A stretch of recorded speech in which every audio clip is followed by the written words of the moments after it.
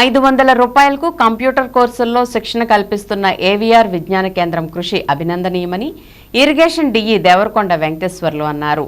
పవర్పేటలోని AVR విజ్ఞాన కేంద్రం computer శిక్షణా కేంద్రంలో 28వ బ్యాచ్గా శిక్షణ పూర్తి చేసుకున్న వారికి సర్టిఫికెట్లు ప్రదానం జరిగింది. కార్యక్రమానికి శిక్షణా కేంద్రం ప్రిన్సిపల్ ఎం లక్ష్మి స్వాగతం పలికారు.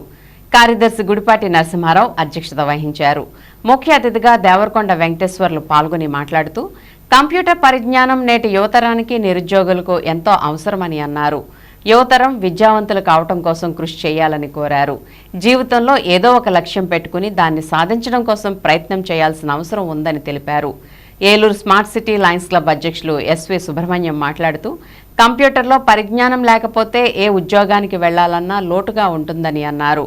నామినల్ ఫీజుతో MS Office, DTP, Photoshop, Tally వంటి కోర్సులు నేర్పే ఏర్పాటు చేసిన విజ్ఞాన కేంద్ర కమిటీకి అభినందనలు తెలియజేశారు. ఈ కార్యక్రమంలో మూవీ ఆర్టిస్ట్ అసోసియేషన్ సభ్యులు డి గణేష్, 28వ బ్యాచ్గా సర్టిఫికెట్లు పొందిన విద్యార్థులు 40 మంది పాల్గొన్నారు.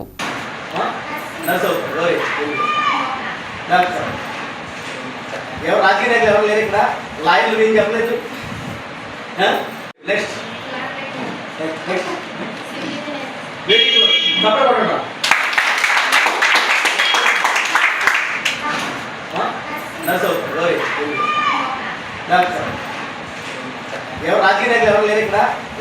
చెప్పలేదు, యాక్టర్లు ఎవరు చెప్పలేదు.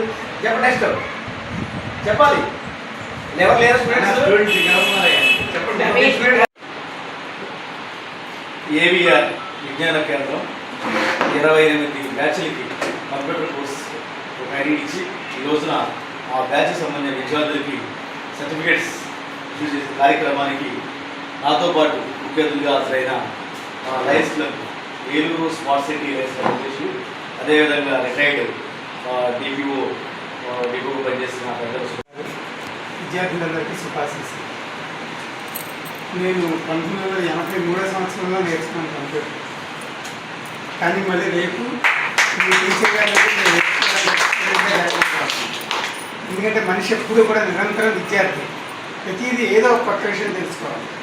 మొట్టమొదటిలో కంప్యూటర్ ఎంత ఉండేదో మీకు ఎవరికైనా తెలుసా? ఒక రైలు ఇంజిన్, పాత రైలు ఇంజిన్ ఉండేది, ఇలా గుండ్రంగా అంత రైలు ఇంజిన్ ఉండేది. దాంట్లో వ్యాక్యూమ్స్ ఉండేవి, పెద్ద పెద్ద గాజు గొట్టాలంటూ ఉండేవి.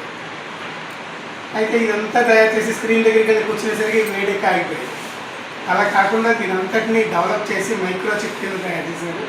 ఇవాళ మనం వాడే ఈ సెల్ ఫోన్లో కూడా మనం కంప్యూటర్కి సంబంధించినవన్నీ చూడగలుగుతున్నాం. అంటే ఇంత పరిజ్ఞానం ఎక్కడి నుంచి వచ్చింది? ఎవరు తెచ్చారు?